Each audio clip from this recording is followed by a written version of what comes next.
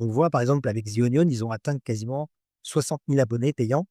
et sur l'équivalent de gros titres de presse comme, le Washington Post ou le New York Times, ce qui est énorme pour de la fausse presse en quelque sorte. Donc c'est fabuleux, c'est incroyable et on sent qu'il y a et en plus Onion se positionne vraiment en fer de lance de l'opposition à Trump,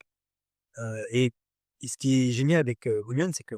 oui, ils sont humanistes, mais ils ont aussi énormément de recul sur les démocrates en ce moment et ils sont les premiers à taper sur les démocrates comme ils tapent sur Trump et c'est ce qui fait la beauté de la satire, c'est cette capacité de prendre du recul et de pas se dire: «Non, on va pas faire de blagues sur tel parti politique parce que c'est les gentils». Non, au contraire, il faut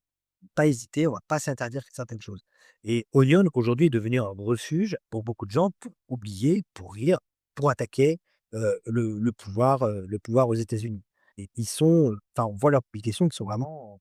en très nette progression. Après, à voir s'il y a une alternance aux États-Unis, s'ils réussissent à concrétiser ça. Il suffit de prendre l'exemple de du Washington Post qui, la première année du mandat de Trump, a cartonné parce qu'ils étaient, comment dire, au 1er plan de la lutte contre Trump. Une fois qu'il y a eu le mandat Biden, ils ont décliné parce que les gens se sont dit: «Bon, ben, ça va, il y a une alternance, tout va mieux, les choses s'arrangent». Et à la fin du mandat de Biden et début du deuxième mandat de Trump, il y a eu un refus de Bezos de s'engager en faveur d'un candidat ou un autre. Donc déjà, les lecteurs étaient perdus, ne comprenaient plus pourquoi le journal ne s'engageait plus et ça a continué à faire baisser le nombre d'abonnés au point que, bah, ils perdaient de l'argent et du coup, solution miracle, on licencie la moitié de la rédaction.